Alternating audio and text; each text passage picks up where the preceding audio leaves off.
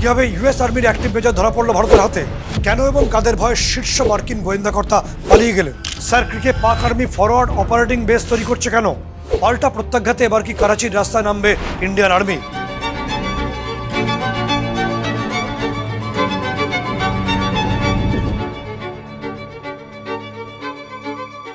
নমস্কার, আমি সত্যজিৎ মুখোপাধ্যায়। জয় হিন্দের আরও একটি এপিসোডে আপনাদের সকলকে স্বাগত। দেখুন, একটা পুজোর আবহ চলছে, কারণ সবে তো দুর্গাপুজো গেল এবং তারপর রয়েছে কালী পুজো বা দীপাবলির উৎসব, আলোর রোশনাই। কিন্তু এসব কিছুর মধ্যে দাঁড়িয়েও আমাদের দেশের বিরুদ্ধে কার্যকলাপ, ষড়যন্ত্র সেটা যেন নিরন্তর প্রত্যেক দিন প্রত্যেক মুহূর্তে ঘটে চলেছে। আমরা হয়তো সেটা অনেকেই নজরের মধ্যে আনছি না। এবং বিশেষ করে দুর্গাপুজোর আগে এবং অব্যবহিত পরে বেশ কয়েকটা ঘটনা গুরুত্বপূর্ণ ঘটে গেছে, যেগুলো আমাদের জন্য ভীষণ অশনি সংকেত বহন করছে, আমাদের রাষ্ট্রের জন্য, রাষ্ট্রের স্থায়িত্বের জন্য। এবং ইতিমধ্যে সেগুলো আমাদের গোয়েন্দাদের নজরে এসছে। আমরা তার পাল্টা প্রত্যাঘাত ইতিমধ্যেই করেছি।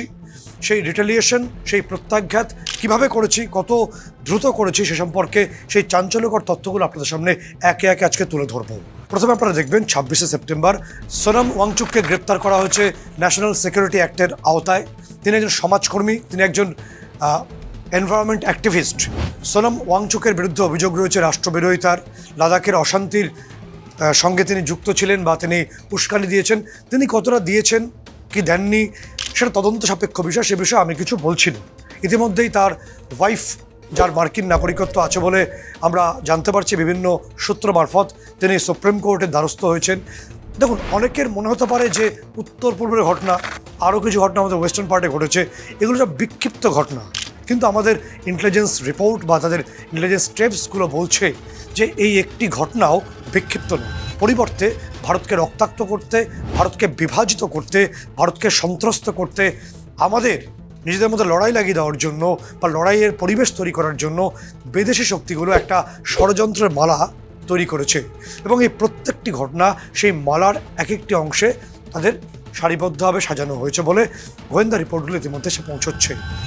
আপনারা অনেকেই দেখেছেন যে কাশ্মীর বা রাজস্থান সীমান্ত নয়, ওয়েস্টার্ন পার্টে যেগুলো আমরা দেখে থাকি, পরিবর্তে গুজরাটের যে কচ্ছ এরিয়া আছে সেই অংশটা, বা গুজরাটের যে অংশটা পাকিস্তানের সঙ্গে আমাদের শেয়ারিংস আছে, বা ইন্দো পাক বর্ডার, সেই অংশটা হট করে যেন এই ইন্টারন্যাশনাল রিপোর্টিং, ইন্টারন্যাশনাল যে মিডিয়ার একদম পাদপ্রদীপের আলোয় চলে এসছে। কেন এসছে বলুন তো? তার কারণ হলো স্যার ক্রিককে নিয়ে যে ডিসপিউট রয়েছে বা বিতর্ক রয়েছে, বা স্যার ক্রিককে নিয়ে যাবতীয় যে বিতর্কের উপর দাঁড়িয়ে পাকিস্তানের কিছু অ্যাক্টিভিটিস। সম্প্রতি আমাদের গোয়েন্দারা লক্ষ্য করেন যে পাকিস্তান সেনাবাহিনী অত্যন্ত গোপনে স্যার ক্রিক সংলগ্ন অংশ, সেই অংশে তারা ইতিমধ্যেই পাক আর্মি ফরওয়ার্ডেড আর্মি বেস তৈরি করেছে। একই সঙ্গে তারা হার্ডেন বাঙ্কার্স বানিয়েছে। এই হার্ডেন বাঙ্কার্সের মধ্যেই ফাইটার জেটকে রাখা হয় এবং একই সঙ্গে তারা সেখানে রাডার ইনস্টল করেছে। শুধু তাই নয়, সেখানে কম্বাইন্ড ড্রোনস তারা নিয়ে এসছে, আর্টিলারি সিস্টেমকে তারা ইনস্টল করেছে। বিভিন্ন অংশে যে সামরিক বিশেষজ্ঞরা বলেন যে যখন কোথাও হার্ডেন বাঙ্কার্স রেডি করা হয় বা প্রচুর পরিমাণে ড্রোনস বা কম্বাইন্ড ড্রোনস সেখানে নিয়ে আসা হয় বা আর্টিলারি সিস্টেম নিয়ে আসা হয়, ইনস্টল করা হয়, তার কারণ হচ্ছে সেই অংশে ব্যাপকভাবে সেনা মোতায়েন করার আগে এগুলো করা হয়ে থাকে। ফলে গোয়েন্দা রিপোর্ট বলছে পাকিস্তান সেখানে সেনা সমাবেশ ঘটাতে পারে। তার কারণটা কি? হঠাৎ করে স্যার ক্রিক কেন এত দ্রুত ইন্টারন্যাশনাল নিউজের পাদপ্রদীপের আলোয় উঠে এসছে, এত দ্রুত ইম্পর্ট্যান্ট হয়ে উঠেছে পাকিস্তানের জন্য? তার অনেকগুলো কারণ আছে। মূলত তিনটে কারণকে আমরা বিভিন্নভাবে অ্যানালাইসিস করে বিভিন্ন তথ্য বিভিন্ন রকম ক্রস চেক করার পর আমাদের কাছে উঠে এসছে। প্রথমত, স্যার ক্রিক হলো এমন একটা অংশ যেটা 1947 সাল পর্যন্ত আমাদের অংশ ছিল, অর্থাৎ বম্বে প্রেসিডেন্সি রেঞ্জের অন্তর্ভুক্ত বিষয় ছিল। পরবর্তী ক্ষেত্রে এই যে 96 কিলোমিটার যে মেরিটাইম বর্ডার পাকিস্তানের সঙ্গে আমাদের তৈরি হয় এবং যার 90% ভারতের অধিকারের মধ্যেই রয়েছে, মাত্র 10% পাকিস্তানের হাতে রয়েছে। স্যার ক্রিককে বুঝতে হলে আপনারা যারা সুন্দরবনে গেছেন বা সুন্দরবনে ঘুরতে গেছেন তারা অনেকে তাড়াতাড়ি বুঝতে পারবেন। স্যার ক্রিক হলো একটা খাড়ি ঘেরা একটা এরিয়া এবং প্রচুর ম্যানগ্রোভ রয়েছে, সেখানে ম্যানগ্রোভ ফরেস্ট আছে এবং এমন একটা অংশ যেখানে খালি পায়ে আপনি যেতে পারবেন না, আপনাকে স্পেশাল বুট পরে সেখানে এত বেশি ম্যানগ্রোভের গাছ রয়েছে, আপনাকে যেতে হবে। এবং এই অংশটাতে পাকিস্তান দীর্ঘদিন ধরে তারা মাছ ধরার নামে ড্রাগ পাচার করতো। সাম্প্রতিক সময় আমাদের গোয়েন্দারা সে বিষয়টাকে নজরবন্দি করেছেন।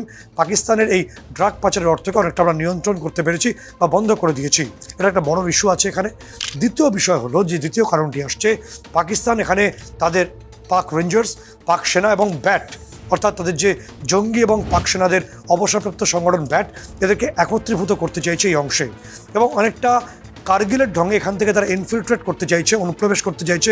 তার বড় কারণ হলো রাজস্থান বা কাশ্মীরের মতো এই কচ্ছের উত্তর, যেখানে স্যার ক্রিকের এই অংশটি আছে, এখানে নিরাপত্তা অতটা ঠিক শক্তিশালী নয় বলেই একটা অংশ এখনও পর্যন্ত মনে করেন।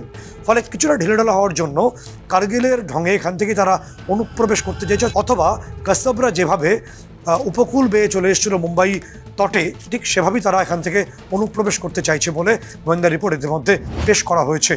এবং তার পাশাপাশি আরও একটি গুরুত্বপূর্ণ কারণ আছে, কারণ স্যার ক্রিকের সমুদ্রের তলদেশে রয়েছে বিপুল পরিমাণ তেল এবং গ্যাসের ভাণ্ডার, যার অধিকার চায় আমেরিকা। সেই কারণে আমেরিকার জন্য সেই জমি দখল করার জন্য বা আমেরিকার হয়ে জমি দখলের জন্য পাকিস্তান আগে থেকে সেনা সমাবেশ ঘটিয়ে সেই এলাকা দখল করতে চাইছে বলে একটা বড় অংশ মনে করছেন। এই যে সাম্প্রতিক সময়ে ভারতের অভ্যন্তরে বা বিদেশের মাটিতে বা অনেকটা দূরে একের পর এক ঘটনা বা যে নীল ষড়যন্ত্রগুলো তৈরি করা হয়েছে ভারতকে বিভাজিত করতে, ভারতকে ভাঙতে, সেটা মোটামুটি আমাদের গোয়েন্দারা পুরোটা না হলেও অনেকটাই হয়তো জেনে ফেলেছেন এবং সেই মোতাবেক আমরা বেশ কিছু কড়া পদক্ষেপ নিতে পেরেছি ইতিমধ্যেই। আপনারা জানবেন যে ভারতের অভ্যন্তরে বসে ভারতকে ভাগ করার জন্য যে নীল নকশা সিআইএ এবং আইএসআই তৈরি করেছে, সেটাকে ভারতীয় গোয়েন্দারা ডিকোড করতে পেরেছে, সেটাকে ভারতীয় গোয়েন্দারা ইতিমধ্যে ক্র্যাক করতে পেরেছেন এবং সেই কারণে ইতিমধ্যে সিআইএ কর্তারা অনেকটাই পিছিয়ে গেছেন বলে আমরা তথ্য পাচ্ছি। কেন বলছি পিছিয়ে গেছেন সিআইএ কর্তারা? কেন তারা ভয় পেয়েছেন সিআইএ বা মার্কিন গোয়েন্দা সংস্থার শীর্ষ কর্তারা? সেই তথ্য আপনাদের বলছি। কেন তারা ভীত সন্ত্রস্ত এই মুহূর্তে ভারতীয় গোয়েন্দাদের কাছে? তার কারণ মাত্র কয়েকদিন আগে মহারাষ্ট্র থেকে একজন ইউএস আর্মির অ্যাক্টিভ মেজরকে গ্রেপ্তার করা হয়েছে এবং তার সম্পর্কে আমরা তথ্য আগে থেকে জোগাড় করছিলাম, আমাদের গোয়েন্দারা জোগাড় করছিলেন। সেই তথ্য মোতাবেক তাকে থানে জেলার ভিওয়ান্ডি এলাকা থেকে গ্রেপ্তার করা হয়। ইউএস আর্মির এই মেজরের নাম জেমস ওয়াটসন, তার বয়স 58 বছর। তার বিরুদ্ধে ভারতকে বিভাজন, ভারতকে ভাগসহ রাষ্ট্রবিরোধী বেশ কিছু অভিযোগ করা হয়েছে এবং তাকে গ্রেপ্তারের পরেই আন্তর্জাতিক মিডিয়া একেবারে রেড়ে করে নেমে পড়েছে। কারণ যাই হোক, শেষ পর্যন্ত তিনি ইউএস আর্মির একজন অ্যাক্টিভ মেজর, তাকে গ্রেপ্তার করে নেওয়া হয়েছে। এটা তো অত্যন্ত বড় বিষয়। কিন্তু গোয়েন্দা রিপোর্ট আরও ভয়ঙ্কর, আরও চাঞ্চল্যকর। গোয়েন্দা রিপোর্ট বলছে যে মার্কিন নেভি সিল এবং ডেল্টা ফোর্সের অন্তত 12 জন মেজর বা এই ধরনের র্যাঙ্কের অফিসার তারা এই মুহূর্তে ভারতের বিভিন্ন প্রান্তে ছড়িয়ে রয়েছেন ভারতকে বিভাজিত করতে এবং ভারতের বিরুদ্ধে ষড়যন্ত্রকে এক্সিকিউট করতে, যেটা সিআইএ তাদের অ্যাসাইনমেন্ট দিয়ে পাঠিয়েছে ভারতবর্ষে। এই যে জেমস ওয়াটসন, যাকে ইতিমধ্যে গ্রেপ্তার করা হয়েছে, বা এখনও যে 10-12 জন ইউএস আর্মির বড় বড় র্যাঙ্কের অফিসাররা অ্যাক্টিভ রয়েছে দেশে বলে গোয়েন্দা রিপোর্ট আসছে, এরা কিভাবে কাজ করছে, এদের মাথায় কাদের হাত রয়েছে বা কার হাত রয়েছে, অ্যাবসলিউটলি এই প্রশ্নটা উঠে আসে। সেই কারণে যে তথ্য আপনাদের জানাবো আরও ভয়ঙ্কর। সিআইএর অত্যন্ত বড় কর্তা, শীর্ষ কর্তা এবং ইন্ডিয়ান সাবকন্টিনেন্ট চ্যাপ্টারের দায়িত্বে যিনি আছেন, সেই স্টিফেন কোর্টনি হলেন এই অংশের এই নীল ষড়যন্ত্রের মাস্টার মাইন্ড। এবং এই সিআইএর বড় কর্তা বা ইন্ডিয়ান সাবকন্টিনেন্টের দায়িত্বপ্রাপ্ত স্টিফেন কোর্টনি, তিনি ভারতে এসছেন 2019 সালে। না, তিনি কোনো বিমানে আসেননি, জাহাজে আসেননি, তিনি এসছেন সম্পূর্ণ অন্যভাবে। তিনি অনেকটা ঘুরপথে নেপাল হয়ে ভারতে কার্যত অনুপ্রবেশ করেছেন অন্য নামে এবং তিনি অনুপ্রবেশ করার পর গোয়েন্দা রিপোর্ট অনুসারে তার যে জার্নি চার্ট আমরা কিছুটা হলেও হাতে পাচ্ছি, সেই চার্ট শুনে আপনারা বেশ অবাক হবেন। তার জার্নি চার্টের মধ্যে রয়েছে মণিপুর, মিজোরাম, অসম এবং বাংলা, মানে পশ্চিমবঙ্গ, মানে যেখানে আমি আপনি সবাই থাকি। এই পশ্চিমবঙ্গে তিনি দীর্ঘ সময় ছিলেন, কলকাতায় ছিলেন এবং সময় কাটিয়েছেন, গুরুত্বপূর্ণ কাজও এখান থেকে তিনি বসে করেছেন বলে গোয়েন্দা রিপোর্ট বলছে। গোয়েন্দা রিপোর্ট বলছে যে হাসিনাকে দেশ থেকে উৎখাত করার এই মাস্টার মাইন্ড স্টিফেন কোর্টনি সিআইএর বড় কর্তা। এমনকি সাম্প্রতিক নেপালের যে অশান্তি, তার সঙ্গে স্টিফেন কোর্টনির সরাসরি যোগ রয়েছে বলে গোয়েন্দা রিপোর্ট আমাদের হাতে আসছে। এবং তার পাশাপাশি স্টিফেন কোর্টনি যখন কলকাতায় এসেছিলেন, কলকাতা আসা পথে সেখান থেকে শিলিগুড়িতে চিকেন স্নেক পর্যন্ত গেছিলেন এবং তার সঙ্গে সেখানে মিট করেছিলেন একজন ইউএস আর্মির অ্যাক্টিভ অফিসার। এবং আমাদের গোয়েন্দা এজেন্সি সেই ইউএস আর্মিকে ওই সময় ট্র্যাক করতে পেরেছিল, তাকে ডিটেন করা হয়েছিল, তার কাছ থেকে একটি স্যাটেলাইট ফোন বাজেয়াপ্ত করা হয় যার মাধ্যমে তিনি যোগাযোগ রাখছিলেন সিআইএর আমেরিকার পার্টে কর্তাদের সঙ্গে। এবং গোয়েন্দা রিপোর্ট বলছে যে ওই অফিসারের থেকে বাজেয়াপ্ত হওয়া স্যাটেলাইট ফোনটি নাসা সার্ভারে রেজিস্টার্ড ছিল। পরবর্তী সময় যখন মহারাষ্ট্র থেকে জেমস ওয়াটসন অর্থাৎ অ্যাক্টিভ মেজরকে গ্রেপ্তার করা হয়েছে, ভারতের গোয়েন্দারা ইতিমধ্যে তাকে জিজ্ঞাসাবাদ করছেন তাদের কি ষড়যন্ত্র রয়েছে ভারতের বিরুদ্ধে, কে আর এখানে অ্যাক্টিভ রয়েছে এবং সবিস্তারে জানার চেষ্টা চলছে। এই তথ্য জানার পর এই সিআইএর অন্যতম শীর্ষকর্তা স্টিফেন কোর্টনি বুঝতে পারেন জল তার মাথার উপর দিয়ে প্রবাহিত হচ্ছে। তিনি দ্রুত ভারত ছেড়ে পালিয়েছেন বলেই আমাদের কাছে তথ্য এসছে। এবং গোয়েন্দা রিপোর্ট আরও বলছে যে স্টিফেন কোর্টনি নিজের পরিচয় গোপন করতে অন্ধ্রপ্রদেশের একজন স্থানীয় মহিলাকে বিবাহ করেছিলেন। হ্যাঁ, ঠিক ধরেছেন, যে মুহূর্তে আমাদের গোয়েন্দারা অ্যাক্টিভ হয়েছে তারা অ্যাকশনে নেমেছে। সিআইএর শীর্ষকর্তা, অন্যতম শীর্ষকর্তা এই ইন্ডিয়ান সাবকন্টিনেন্ট পার্টের স্টিফেন কোর্টনি, তিনি গা ঢাকা দিয়েছেন, তিনি পালিয়েছেন। এবং তিনি পালিয়ে দুটো ইনফরমেশন আমাদের কাছে পৌঁছচ্ছে, তিনি হয় নেপালে পালিয়ে গেছেন অথবা ইন্দো বাংলাদেশ বর্ডারের কোনো একটা গোপন আস্থানে তিনি এই মুহূর্তে লুকিয়ে রয়েছেন। তবে যে মুহূর্তে আমাদের গোয়েন্দাদের কাছে স্টিফেন কোর্টনির যাবতীয় হায়ার অ্যাবার্টস চলে এসছে, তাতে একটা বিষয় পরিষ্কার, যে কোনো মুহূর্তে এই সিআইএর শীর্ষকর্তা, অন্যতম শীর্ষকর্তাকে আমাদের যে এজেন্সি আছে, আমাদের গোয়েন্দারা গ্রেপ্তার করবেন, তারপর থেকে হেফাজতে নিয়ে পুরো রহস্য, পুরো তথ্য, পুরো ষড়যন্ত্রের উদ্ঘাটন করা হবে, যা বিশ্বের দরবারে বোধহয় রাখা হতে পারে। এবার আপনাদের আরও একটি প্রশ্ন আসবে, যেরকম সঙ্গত এই বিচ্ছিন্ন ঘটনার কথা বলছিলাম না, সেই বিচ্ছিন্ন ঘটনার মধ্যে আসছে যে হট করে পাক অকুপাইড কাশ্মীর এত অশান্ত হয়ে উঠল কেন। পাক অকুপাইড কাশ্মীরকে নিয়ে কিছু বলার আগে বুঝতে হবে সেখানকার ভৌগোলিক অবস্থানটা। পাক অকুপাইড কাশ্মীর যেটি আছে, পাক অধিকৃত কাশ্মীর, সেটা আদতে আমাদেরই অংশ। পাক জোর করে সেটা দখল করে রেখেছে। সেই অংশটি অনেকটাই জঙ্গল বিস্তীর্ণ অংশ, অর্থাৎ সেখানে অনেক বেশি জঙ্গল এবং জনবসতি অনেকটাই কম। তবে সেখানে যারা রয়েছেন স্থানীয় কাশ্মীরি বা স্থানীয় বাসিন্দা, মোট জনসংখ্যার মধ্যে তাদের পার্সেন্টেজ 60%। এই 60% স্থানীয় কাশ্মীরি, তারা মূলত শান্তিপ্রিয় এবং চাষবাস করেন। সমস্যাটা হলো বাকি 40%কে নিয়ে। এই 40% আসছে বা আমদানি করা হচ্ছে মূলত পাক পাঞ্জাব থেকে। এর মধ্যে 20% হলো হিজবুত তাহরি বা লস্কর-ই তৈবা বা জৈশ-ই মোহাম্মদের মতো জঙ্গি বা জঙ্গিদের শাখা সংগঠনের সদস্য বা সন্ত্রাসবাদী জঙ্গি। এদের লঞ্চ প্যাডে গিজগিজ করছে সন্ত্রাসবাদী গোষ্ঠীর লোকজন এবং তারা প্রত্যেক মুহূর্তে ভারতকে রক্তাক্ত করার চেষ্টা করছে, যার তীব্র বিরোধিতা এই মুহূর্তে করছেন পাক অকুপাইড কাশ্মীরের আম জনতা। তারা এই সমস্ত সন্ত্রাসবাদী সংগঠন এবং লঞ্চ প্যাডগুলোর তীব্র বিরোধিতা বহু বছর ধরে করে আসছেন। এবং বাকি 20%, ওই 40%-এর মধ্যে তারা হলেন মূলত পাক আর্মির অবসরপ্রাপ্ত বিভিন্ন ধরনের অফিসার। এদের একটা নির্দিষ্ট অ্যাসাইনমেন্ট দিয়ে পাঠিয়ে দেওয়া হয়। সেটা কি কাজ? সেই মিশনটা হলো তারা গিয়ে কাশ্মীরের অর্থাৎ পাক অকুপাইড কাশ্মীরের যারা স্থানীয় মানুষ আছে তাদেরকে ধমকে চমকে বন্দুকের নলে রেখে তাদের জমি কেড়ে নাও। এবং এই জমি কাটার পদ্ধতিটা বহু বছর ধরে এই পাকিস্তান আর্মির অবসরপ্রাপ্ত যে সমস্ত সন্ত্রাসবাদী মনস্ক অফিসার আছে তারা করে চলেছে। এবং বিপুল পরিমাণ জমি ইতিমধ্যে তারা কেড়ে নিয়েছে, যেটা স্থানীয় পাক অকুপাইড কাশ্মীরের লোকজন বলছেন ল্যান্ড জিহাদ। এবং পাক অকুপাইড কাশ্মীরের যারা সাধারণ মানুষ তাদেরকে ক্রমশ পিছনে সরিয়ে দেওয়া হচ্ছে। প্রচুর জমি দখল করে নিয়েছে পাক সেনাবাহিনী। তার তীব্র বিরোধিতা করতে রাস্তা নেমেছে ইতিমধ্যে মুজাফফরাবাদ বা কোটলির স্থানীয় মানুষজন। এবং কাটা ঘায়ে সামান্য মলম দেওয়ার মতো শেহবাজ শরীফের সরকার ইতিমধ্যে 10 মিলিয়ন যে পাকিস্তানি রুপিজের একটা প্রতিশ্রুতি দিয়েছে সেখানকার প্যাকেজ হিসাবে, তাতে খুব একটা চিড়ে যে গলবে না সেটা মোটামুটি পরিষ্কার। বিভিন্ন রিপোর্ট আমাদের কাছে, গোয়েন্দা রিপোর্ট তেমনটাই আসছে। পরিবর্তে পাক অকুপাইড কাশ্মীরের আম জনতা, বিক্ষুব্ধ জনতা, তারা মার্চ করে চলে আসবে আমাদের কাশ্মীর অর্থাৎ কাশ্মীরের দিকে, কার্গিলের দিকে। এবং সেখানে তারা ভারত অন্তর্ভুক্তির জোরালো দাবি করবে খুব দ্রুত।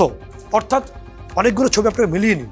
সেই মেলানো ছবিগুলো একটা বিষয়কে বলছে যে সিআইএ এবং তাদের ছোট ভাই আইএসআই যতবার উত্তর পূর্বকে অশান্ত করার চেষ্টা করবে, তত দ্রুত পাক অকুপাইড কাশ্মীর, যা আমাদের আদতে আমাদের কাশ্মীর, সেই কাশ্মীরের অন্তর্ভুক্তিকরণ আরও দ্রুত গতিতে এগোবে, যেটা ছবি ইতিমধ্যে আন্তর্জাতিক দুনিয়া দেখেও ফেলেছে। কিন্তু আমি প্রথমে যে ঘটনাগুলো বললাম যে এই অনেকগুলো আভ্যন্তরীণ ঘটনা, অনেকগুলো বহির্দেশী ঘটনা ভারতকে রক্তাক্ত করার জন্যই। যেমনভাবে এই স্টিফেন কোর্টনি তিনি লাদাখে ছিলেন, লাদাখে বিভিন্ন অ্যাক্টিভিস্টকে তিনি অর্থ জুগিয়েছেন ভারতকে রক্তাক্ত করার জন্য, ঠিক তেমনিভাবে স্যার ক্রিকে আসিম মনির পাক সেনাপ্রধান বা সেখানকার সেনা, সেখানকার সরকার যে মিস অ্যাডভেঞ্চার করছে তার যোগ্য উত্তর দেওয়া হয়েছে। প্রত্যাঘাতের যাবতীয় যে পরিসরকে রেডি করা হয়েছে, প্ল্যাটফর্ম রেডি করে দেওয়া হয়েছে। হয়তো সবটাই ভারতের সমস্ত মানুষের কাছে পৌঁছয়নি, কিন্তু সেনাবাহিনী তার কাজ করছে।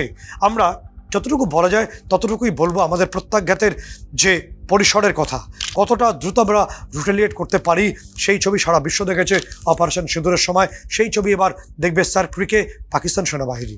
ইতিমধ্যেই আমাদের যে 3 লেয়ার সিকিউরিটি আছে, প্রথম পর্বেই থাকে আমাদের বর্ডার সিকিউরিটি ফোর্স বা বিএসএফ, তারা সেখানে ইতিমধ্যে অ্যাক্টিভ। এবং তার পাশাপাশি 45 নতুন বাংকার্স আমরা বানিয়েছি, যেটা অত্যাধুনিক মেশিন গানস এবং অন্যান্য অস্ত্র আমরা সেখানে ডিপ্লয়মেন্ট ঘটিয়েছি। এবং তার পাশাপাশি আমাদের রকেট লঞ্চার প্রচুর পরিমাণে ইগলা যে ম্যানপ্যাড রয়েছে তা আমরা সেখানে পৌঁছে দিয়েছি। একই সঙ্গে পাকিস্তান যেহেতু তাদের পার্টে প্রচুর পরিমাণে আর্টিলারি ইনস্টল করেছে, অর্থাৎ বিভিন্ন ধরনের কামান এবং বিভিন্ন ধরনের যে হাউইজার সেখানে ইনস্টল করেছে, পাকিস্তানের কাউন্টার হিসেবে আমরা সেখানে মিলান অ্যান্টিট্যাক গাইডেড মিসাইল ডেপ্লয়মেন্ট করা হয়েছে। এরপর স্টেজ 2 আসছে, সেখানে আমাদের আর্মি এবং নেভি তারা একসঙ্গে এই মুহূর্তে প্রস্তুত রয়েছে। এবং একই সঙ্গে সেখানে দুনিয়া কাঁপানো পিনাকা রকেট লঞ্চার সিস্টেমকে আমরা একদম অ্যাক্টিভ মোডে রেখেছি। আমাদের তরফে যে কোনো ধরনের, অর্থাৎ পাকিস্তান যদি কোনো রকম মিস অ্যাডভেঞ্চারের পরবর্তী পদক্ষেপ নেয় তাহলে গুড়িয়ে দেওয়া হবে পিনাকার দিয়ে। এবং তার পাশাপাশি একটা বিষয় বলা খুব প্রয়োজন, এই তথ্যটা জানার ভীষণ প্রয়োজন যে স্যার ক্রিক এই 2025 এসে পাকিস্তানের নজরে আসেনি। আপনাদের বলে রাখবো, যখন অভিনন্দন বর্তমান তিনি তার বুড়ো মিগ দিয়ে তিনি F-16কে শটডাউন করেছেন, সেই সময় পাকিস্তান প্রতিশোধ নিতে এই স্যার ক্রিক দিয়ে, যেহেতু নিরাপত্তা কিছুটা ঢিলেঢালা থাকে এই অংশে বলে অনেকে মনে করেন, ফলে সেই অংশ দিয়ে সেই সময় তারা প্রচুর পরিমাণে ড্রোন পাঠিয়ে দেয়। কিন্তু পাকিস্তান বুঝতে পারেনি আজকের ভারত ঘরে ঢুকে মারে। ফলে ভারত সেখানে অলরেডি আকাশ এনজি এয়ার ডিফেন্স সিস্টেমকে ইনস্টল করে রেখেছিল এবং পাকিস্তান যে কটি ড্রোন পাঠিয়েছিল সবগুলোকে গেলে খেয়েছিল আমাদের Akash NG air defence system, shot down করেছিল। পাকিস্তান একেবারে ভ্যাবাচাকা খেয়ে গেছিল যে ভারত এত শক্তিশালী, এবং তখন পর্যন্ত আমাদের হাতে S-400 এয়ার ডিফেন্স সম্পূর্ণভাবে আসেনি। বলে রাখার প্রয়োজন, এই স্যার ক্রিকে এই মুহূর্তে আমাদের S-400 এয়ার ডিফেন্স অ্যাক্টিভ রয়েছে। আমাদের আকাশ এনজি এয়ার ডিফেন্সকে আমরা অ্যাক্টিভ মুডে রেখেছি। পাশাপাশি যে 96 কিলোমিটার মেরিটাইম বর্ডার আছে পাকিস্তানের সঙ্গে, যেখানে আসিম মনিরা মিস অ্যাডভেঞ্চার করতে চাইছেন বলে আমরা জানতে পেরেছি, সেখানে ইতিমধ্যে আমাদের P-8I পজাইডেন যে মেরিটাইম সার্ভিলেন্স এয়ারক্রাফট তা আমরা ডিপ্লয়মেন্ট করেই দিয়েছি। এই যে আমাদের P-8I যে মেরিটাইম সার্ভিলেন্স এয়ারক্রাফট রয়েছে একদম সাদা ধবধবে, এর মধ্যে রয়েছে ম্যাক 54 টর্পেডো, পাশাপাশি রয়েছে অ্যান্টিশিপ এবং অ্যান্টি সাবমেরিন মিসাইল। একটা পাকিস্তানি যদি জাহাজকে দেখা যায় সেটাকে গুড়িয়ে দেওয়ার জন্য আমাদের এই মেরিটাইম সার্ভিলেন্স এয়ারক্রাফটটি যথেষ্ট। একই সঙ্গে স্যার ক্রিকে আমাদের হেরন টিভি ড্রোনস আমরা প্রচুর পরিমাণে মোতায়েন করেছি, যা মূলত রিয়েল টাইম ইন্টেলিজেন্স ও র্যাপিড রেসপন্সের জন্য মোতায়েন করা হয়েছে। আরও একটি বিষয় গুরুত্বপূর্ণ, কিছু আগে বললাম যে সেখানে আমাদের আর্মি এবং নেভিকে আমরা ব্যাপকভাবে মোতায়েন করেছি। তার কারণটা কি? কারণ নেভির তরফে দুনিয়া কাঁপানো মার্কোস কমান্ডো ইতিমধ্যে স্যার ক্রিকে মোতায়েন করে দেওয়া হয়েছে। এবং মার্কোসের নাম শুনলেই পাকিস্তান নেভি বা পাকিস্তানের যারা সেনাবাহিনী তারা ঘামতে শুরু করে বলে বিভিন্ন রিপোর্ট আমাদের জানাচ্ছে, এতটাই ভয়ঙ্কর। এবং মার্কোস ইতিমধ্যে অ্যাক্টিভ হয়েছে স্যার ক্রিকে। পাশাপাশি বিএসএফের যে ক্রোকোডাইল ইউনিট তাদেরকেও এই মুহূর্তে অ্যাক্টিভ করা হয়েছে ওই স্যার ক্রিকের 96 কিলোমিটার অংশ জুড়ে। গ্লোবাল ফায়ার পাওয়ার ম্যাগাজিন জানাচ্ছে তাদের সমীক্ষাতে যে সারা পৃথিবীতে মার্কিন নেভিসিলকে একমাত্র টক্কর দিতে পারে ইন্ডিয়ান নেভি কমান্ডো মার্কোস, এটা সর্বজন স্বীকৃত। ফলে পাকিস্তানের হালটা কী হবে বুঝতে পারছেন, তাদের সামান্য মিস অ্যাডভেঞ্চারের জন্য কি হতে পারে। এবং তার পাশাপাশি আমাদের প্রতিরক্ষা মন্ত্রী, আপনারা সবাই জানেন, সাম্প্রতিক সময় স্যার ক্রিক নিয়ে মন্তব্য করেছেন। এবং স্যার ক্রিক নিয়ে আমাদের প্রতিরক্ষা মন্ত্রীর মন্তব্যটা বা তার বক্তব্যটা ভীষণ গুরুত্বপূর্ণ এই মুহূর্তে। তিনি বলেছেন যে স্যার ক্রিক নিয়ে কোনো মিস অ্যাডভেঞ্চার করলে পাকিস্তানকে যথাযোগ্য উত্তর দেওয়া হবে। এবং একটি তথ্য তিনি তুলে ধরেছেন সেখানে, তিনি বলেছিলেন 1965-এ লাহোর পর্যন্ত পৌঁছে গেছিল আমাদের সেনাবাহিনী। তার পাশাপাশি তিনি বলেছেন যে স্যার ক্রিক হয়েই রাস্তাটি যায় করাচি পোর্ট পর্যন্ত। ফলে বিশেষজ্ঞরা মনে করছেন যে পাকিস্তানের মিস অ্যাডভেঞ্চারের জন্য এবার কি আমাদের মার্কোস, এবার কি আমাদের সেনাবাহিনী আমাদের পার্ট থেকে, আমাদের সীমান্ত থেকে করাচি পোর্ট পর্যন্ত পৌঁছে যাবে। বেশি দূর নয়, মাত্র 250 থেকে 300 কিলোমিটার। এবং অপারেশন সিঁদুরের সময় আমাদের নৌবাহিনী, আমাদের সেনাবাহিনীর দাবি ছিল যে করাচি পোর্ট যাকে আমরা বিধ্বস্ত করে দিয়েছিলাম সেটার অধিকার এবার আমরা নিয়ে নিই, তাহলে পাকিস্তানের অর্থনৈতিক মেরুদণ্ড অনেকটাই ভেঙে যাবে। কিন্তু প্রতিবেশী সুলভ আচরণের জন্য আমরা সেবার কোনো বড় স্টেপ নিয়ে নেই। কিন্তু এবার পাকিস্তানের মিস অ্যাডভেঞ্চার আমাদের সেই রাস্তাকে বোধহয় অনেকটাই খুলে দিচ্ছে। যে কারণে প্রতিরক্ষা মন্ত্রীর এই বক্তব্যের পরই আমাদের সেনাপ্রধান উপেন্দ্র দ্বিবেদী তিনি পরিষ্কারভাবে একটা কথা বলেছেন যে কোনো মিস অ্যাডভেঞ্চার করলে পাকিস্তানের ভূগোল বদলে দেবে আমাদের সেনাবাহিনী, ইন্ডিয়ান আর্মি, আমাদের নৌবাহিনী, আমাদের এয়ারফোর্স। অর্থাৎ করাচি পোর্ট যদি এবার আমাদের হাতে চলে আসে বা করাচির রাজপথে যদি ভারতের কমান্ডোরা দাপিয়ে বেড়ায়, তাহলে তো পাকিস্তানের ভূগোল পরিবর্তিত হচ্ছেই। তাহলে কি আমেরিকার দেওয়া হাওয়া পেটে পড়ে পাকিস্তান মিস অ্যাডভেঞ্চার করতে গিয়ে বড় বিপদের মুখে? কারণ যে কড়া বার্তা প্রতিরক্ষামন্ত্রী দিয়েছেন, যে কড়া মেসেজ আমাদের তরফে নির্দিষ্টভাবে আমাদের সেনাপ্রধান ইতিমধ্যে জানিয়ে রেখেছেন, তাতে কি এবার অপারেশন সিঁদুরে যে সিদ্ধান্ত আমরা নিই সেই সিদ্ধান্ত নেওয়া হতে পারে? ফার্দার কোনো, অর্থাৎ পরবর্তী কোনো যদি বড় পদক্ষেপ মিস অ্যাডভেঞ্চার পাকিস্তান করারও চেষ্টা করে, তাহলে আমাদের কমান্ডো, আমাদের সেনাবাহিনী করাচির রাজপথে দাপিয়ে বেড়াবে, করাচি বন্দরের অধিকার নিয়ে নেবে। সেই ছবি কি আস্তে আস্তে পরিষ্কার হবে? আমরা অপেক্ষা করছি আমাদের সেনাবাহিনী তারা ঠিক কীভাবে প্রত্যাঘাতের বড় পরিসর তৈরি করে তার জন্য। আবারও চাঞ্চল্যকর ইনফরমেশন এবং সঠিক তথ্য নিয়ে ফিরছি আপনাদের কাছে। ততক্ষণ পর্যন্ত সকলকে জয় হিন্দ।